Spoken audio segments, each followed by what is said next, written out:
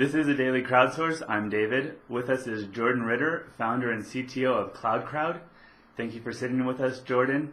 Now, you talked to me earlier about a reputation system. Can you tell us what is that? Specifically to what we do, the reputation system is about whether or not people are credible at doing certain types of tasks. Are they good at categorizing information? Are they good at finding things on the internet? Are they good at subjective answers? And what is reputation but sort of what the consensus is of whether or not this person does a good job at it. So in our system, reputation is sort of applied in the credibility model to a bunch of people do the work, and then a bunch of other people, according to certain rules and constraints, review that work. At its base level, we model reputation after the real world. You start into the world with a neutral reputation. Nobody listens to you. It takes a long time to build a good one, a good reputation, and a short amount of time to lose a reputation. And what is reputation but what your peers sort of judge you at whatever it is that you're doing, whether you're giving an opinion on something or you're doing a piece of work. And how is a reputation system better than the alternative? Well, there's generally speaking, there's the machine approach. I think the last 10 years last decade at least, we've seen a lot of attempts to leverage computing technology, computer software algorithms to deduce things like, are these things relevant? Is this what I'm looking for? Is this a good outcome? Is this whatever? And I think one of the best examples of how that's been applied is actually Google and their search algorithm. It's called PageRank. What was it but really sort of the abstraction model of reputation? Here's a page and here's a bunch of other pages that refer to it.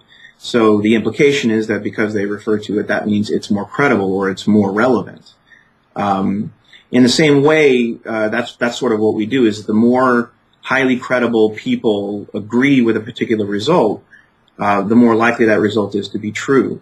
The reason why using human intelligence to accomplish that purpose is better than machine intelligence is because at the end of the day, we are all the participants, we are the consumers, and we are the producers of the things flowing through these systems.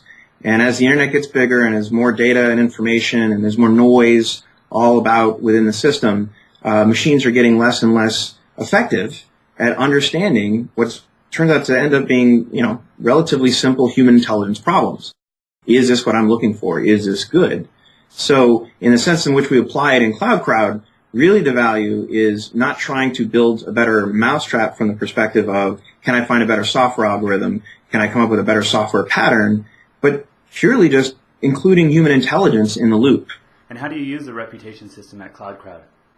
Well, it's built into every step of what we do. So when we run particular projects for clients or customers, every piece of work that gets done is generally reviewed by one or more people who also have credibility already built up into the system. Some have credentials, or some simply just have a generally good reputation of doing good work in the system. The key difference between our approach and pretty much everyone else's is that it's not about machines deciding who's right or wrong. It's not about machine algorithms deciding what's good quality or bad. It's about people deciding what's good quality or bad, human intelligence. And the machines that we build, the algorithms that we build, facilitate that interaction. And do the workers get to see their own reputation? So yeah, workers can definitely set information. We've discovered that they're actually quite protective of it. Good workers really take it seriously when they do a good job, that they get good reviews. And what are the benefits you're seeing at CloudCrowd with this reputation system in place? Higher quality work, more accurate reflection of what people are good at and what they're not, which ends up being sort of self-perpetuating in terms of quality. As the system learns what people are good at and what they're not good at, the quality control loops themselves tighten and produce better results. And it manages itself, so we don't really have to participate and identify who does bad work, and we don't have to intercede within the inner workings of the system. The people who are operating within the system are actually, not only earning money for doing work and producing good quality results, but they are contributing to this model of who's good at what. Jordan, thanks for sharing your reputation system with us. My pleasure. Thanks for the time.